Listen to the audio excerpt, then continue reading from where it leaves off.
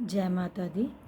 तो कुछ दिन पहले मैंने एक वीडियो डाली थी, उसके बाद काफ़ी मेरे को मैसेज आए, कॉल्स आई कि माता जी छोटी छोटी स्टोरियाँ आप ना अपलोड करते रहा करें, हमें बहुत अच्छा लगता है।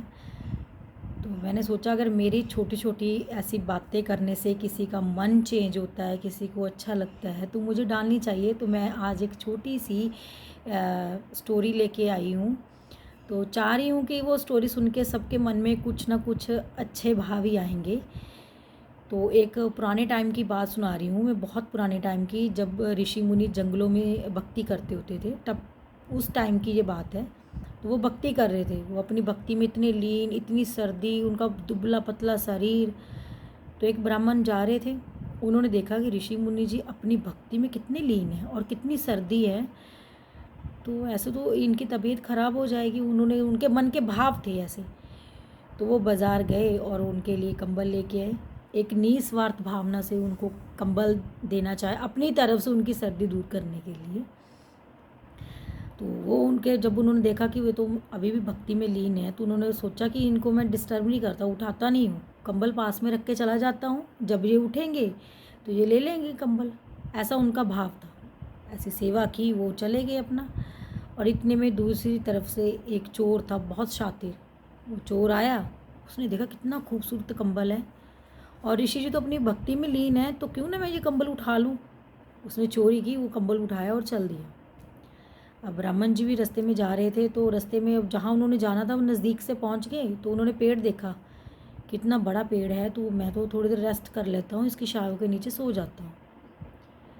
तो जिस राज्य में वो गए थे, रेस्ट कर रहे थे, उसी राज्य का राजा, उसको दिल का दौरा पड़ गया, हार्ट अटैक हो गया और उसकी डेथ हो गई। अब उसके कोई बेटा तो था नहीं, अब राज्य संभालने के लिए कोई नहीं था। सब चिंतित हो गए, सब प्रजा आपस में बातें करने लगी, अब राजा कौन बनेगा, किसको बनाएंगे, समझ नहीं आ रही।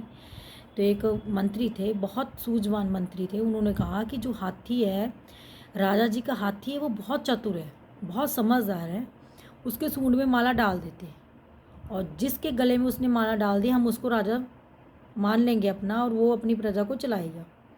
तो राजा को ऐसे ही, मतलब हाथी को सूंड के अंदर माला डाल दी। अब हाथी तो सारे गांव में चक्कर लगाता रहा, लेकिन उसको कोई मिले ही ना। अचानक वो पेड़ के नीचे चला गया और वहाँ खड़ा हो गया। तो हाथी को देख के ब्राह्मण भी उठ के बैठ गए, तो उसने वो माला झट से उसके गले में डाल दी। अब सब लोग पीछे तो आ ही रहे थे, सब ने देखा, सब ने जय जयकार कर दी कि राजा मिल गया, नगाड़े बजे, बैंड बाजे सब। तो उसका बड़ा स्वागत किया गया, उसको बोला कि आज से आप हमारे राजा हैं और इस प्रजा को संभालेंगे। वो तो पहले बहुत अच्छे थे, तो उन्होंने तन मन धन से उस प्रजा का सेवा करने के लिए प्रण लिया और किया भी। निस्वार्थ भावना से जो भी उनके पास आता वो उसकी हेल्प करते। और दूसरी तरफ वो चोर था, कंबल उठा के भाग रहा था। जब हम बुरा कार्य करते हैं तो हमें अंदर से आवाज़ तो आती है कि ये कार्य बुरा हमें नहीं करना चाहिए, लेकिन हम उस कार्य में इतने अंधे हो जाते हैं ना कि हमें गलत सही का पता ही नहीं चलता। वो भाग रहा है, पीछे देख रहा है, भाग रहा है, पीछे देख रहा है। आगे एक टोया था बहुत बड़ा, बिना पानी के, गहरा था पूरा, और वो पीछे देखता था। आगे एकदम से उसका पैर फिसला, वो पीछे गिर गया। अब वो बचाने वाला था नहीं, वहीं तड़प तड़प के उसकी डेथ हो गई। अब जो ऋषि मुनि थी, ब्राह्मण जी को ना तो उन्होंने आशीर्वाद दिया कि तुम्हारा भला हो, तुम अच्छे हो, तुम्हारे को ये मिले वो मिले, और ना ही इस चोर को उन्होंने कोई दुर्स्ती दी कि तुमने गलत किया, तुम्हारे साथ गलत हो। उन्होंने तो कुछ भी नहीं किया, ये कर्मों का फल था, जिसने जैसा कर्म किया उसको वैसा फल मिला। तो इस स्टोरी से हमें ये जानना चाहिए कि जैसे कर्म हम करते हैं तो वैसा फल हमें मिलेगा। ऐसा नहीं कि हमने यहाँ अब गलत कार्य कर दिया कोई और हम सोचें कि हम कहीं दूर चले जाएं तो हमारा फल कट जाएगा, हमें हमारे साथ अच्छा ही होगा, हम बुरा नहीं होगा, ऐसा नहीं है। ज़मीन है ना, ज़मीन के अंदर हमने नीम का बीज लगा दिया तो नीम का पेड़ निकलेगा, उसमें आम नहीं लाएंगे, आम का पेड़ नहीं निकलेगा कि हम आशा करें कि हमने तो नीम लगाया इसमें तो आम निकल आएगा। तो ये कर्मों का फल है जो हमें भोगना ही पड़ता है। अपनी तरफ से हमेशा हमें अच्छा कार्य करना चाहिए। स्टोरी में हमने सुना ही अब कि ब्राह्मण ने अच्छा कार्य किया तो उसकी नीयत साफ थी, उसने बिना स्वार्थ के एक ऋषि मुनि की सेवा की थी, तो उसका फल देखो उसको कितना बड़ा होकर मिला।